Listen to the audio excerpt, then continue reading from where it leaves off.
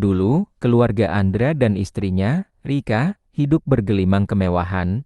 3 anak mereka tumbuh di rumah besar dengan segala fasilitas. Usaha kontraktor milik Andra sukses besar, mobil mewah, rumah 2 lantai, dan pergaulan dengan orang-orang penting membuat hidup mereka tampak sempurna. Tapi hidup tak selalu indah. Satu proyek besar mangkrak, uang yang sudah diinvestasikan hilang, ditambah pandemi yang menyerang ekonomi. Hutang menumpuk, ban menyita sebagian aset. Mobil dijual, rumah besar dilepas, mereka pindah ke kontrakan kecil di pinggir kota. Penderitaan tak berhenti di situ, Andra terpaksa meminjam ke sana-sini untuk beli susu anak bungsunya. Tapi tak semua percaya lagi, teman yang dulu akrab, kini pura-pura tidak kenal. Ada yang bahkan terang-terangan menghina, dulu sok pamer, sekarang pinjam pun susah, kena batunya. Kalau nggak sanggup, anaknya jangan banyak-banyak.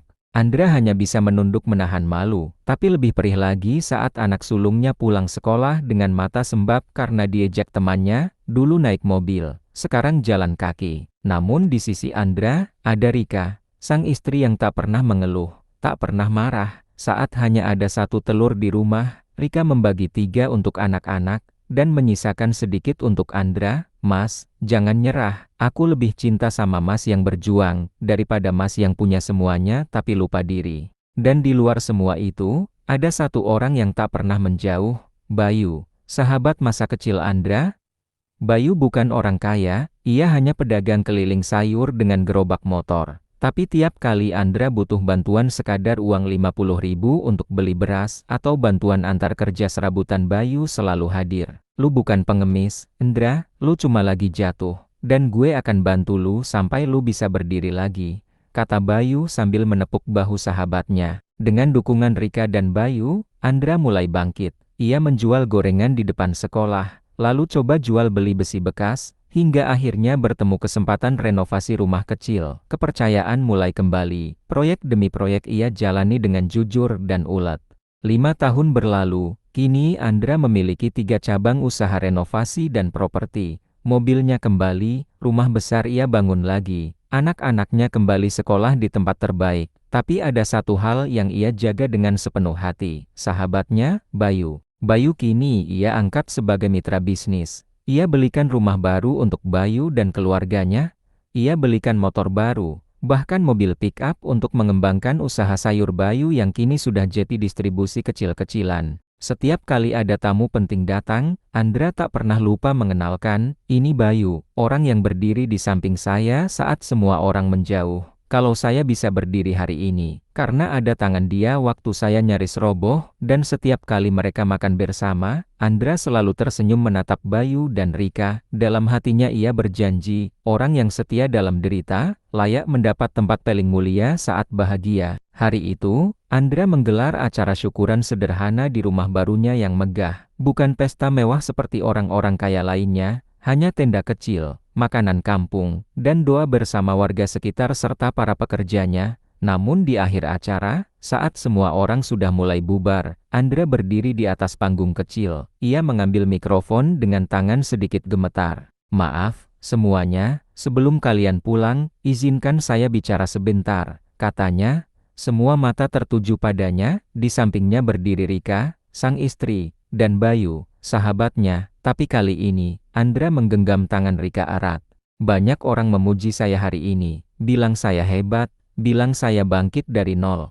Tapi kenyataannya, saya tidak akan pernah bangkit. Tanpa dia, Andra menoleh ke Rika, matanya mulai berkaca-kaca. Waktu saya terpuruk dan semua orang menjauhi saya, istriku ini tetap di sampingku. Waktu saya tak punya uang beli susu anak, dia tak pernah mengeluh. Saat saya tidur hanya beralaskan tikar sobek, dia masih bilang bersyukur bisa tidur bersama saya. Tangis mulai terdengar dari tamu yang hadir. Saat saya malu, dia yang berdiri di depan menutupi saya. Saat saya ingin menyerah, dia yang menepuk dada saya dan bilang, "Mas kuat, kita lewati ini sama-sama." Andra menarik napas dalam, lalu berlutut di hadapan Rika. Istriku, Rika, hari ini aku ingin semua orang tahu, kamulah ratuku, bukan karena aku kaya, tapi karena saat aku tidak punya apa-apa, kamulah yang paling berharga. Rika menutup mulut, menahan tangis haru. Seluruh tamu terdiam.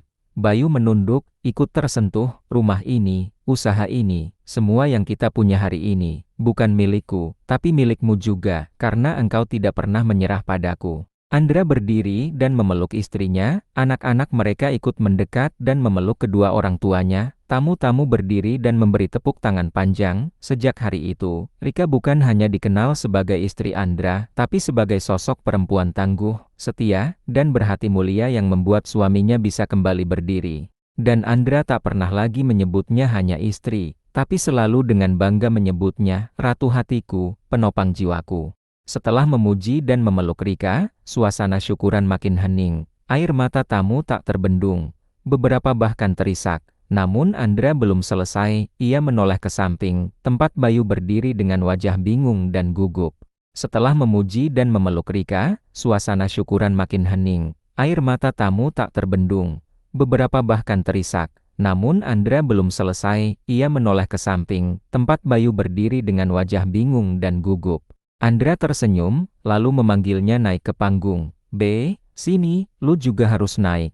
Jangan malu-malu, ini bukan panggung artis, ini panggung persahabatan. Bayu menggeleng pelan, canggung, tapi Andra menggamit tangannya dengan paksa namun lembut, menyeretnya ke tengah panggung. Semua tamu mulai tepuk tangan, sorak kecil terdengar. Tapi Andra mengangkat tangan, memberi isyarat tenang, lalu kembali memegang mikrofon. Setelah istriku, ada satu orang lagi yang sangat ingin aku ucapkan terima kasih, sahabat, saudara, bahkan lebih dari itu. Dia bukan punya segalanya, tapi dia memberi segalanya untuk aku dan keluargaku. Andra menoleh ke Bayu, matanya berkaca lagi.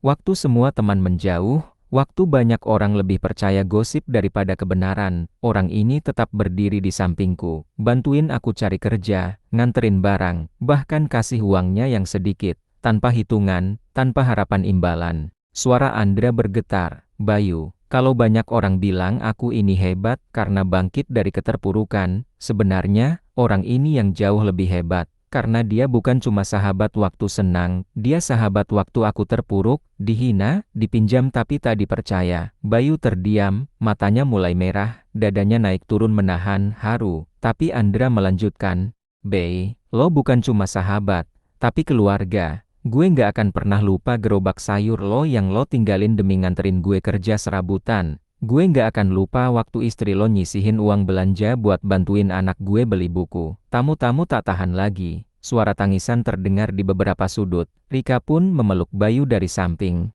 Andra lalu mengangkat tangan Bayu ke atas. Mulai hari ini, saya nggak cuma mau bantu Bayu. Tapi semua orang harus tahu, orang ini istimewa. Mitra usaha saya, orang kepercayaan saya, dan orang yang akan saya bawa kemanapun langkah saya pergi. Andra menoleh ke semua tamu. Dan di saat saya terjatuh disitulah saya bisa tahu tangan siapa yang mengulurkan bantuan dan kaki siapa yang melangkah pergi. Hanya ada istri dan sahabat yang setia di waktu itu, dan waktu itu saya berjanji dalam hati ketika saya bangkit dan sukses akan saya istimewakan siapa yang menemani saat saya terjatuh. Dan saat inilah saya akan membalas kesetiaan mereka. Dan buat kalian semua yang dulu sempat menjauh, hari ini kalian jadi saksi, bahwa orang sederhana yang kalian pandang sebelah mata, justru jadi penyelamat hidup saya. Dan pesan buat kalian semua, jangan pernah kau tinggalkan sahabatmu di saat dia terjatuh, karena hidup tidak selalu di bawah, di saat dia kembali di atas, dia akan ganti menolongmu bahkan lebih dari apa yang kau berikan ke dia. Dan ingat apa yang kita tanam itulah yang akan kita tuai. Seketika semua berdiri, memberikan tepuk tangan meriah. Bayu menunduk, meneteskan air mata, Andra memeluknya erat. Malam itu, bukan hanya syukuran biasa, tapi malam penuh penghormatan untuk kesetiaan dan ketulusan. Andra, Rika, dan Bayu berdiri bersama di panggung kecil, tiga sosok luar biasa yang membuktikan bahwa cinta, persahabatan, dan kesetiaan lebih berharga dari kekayaan.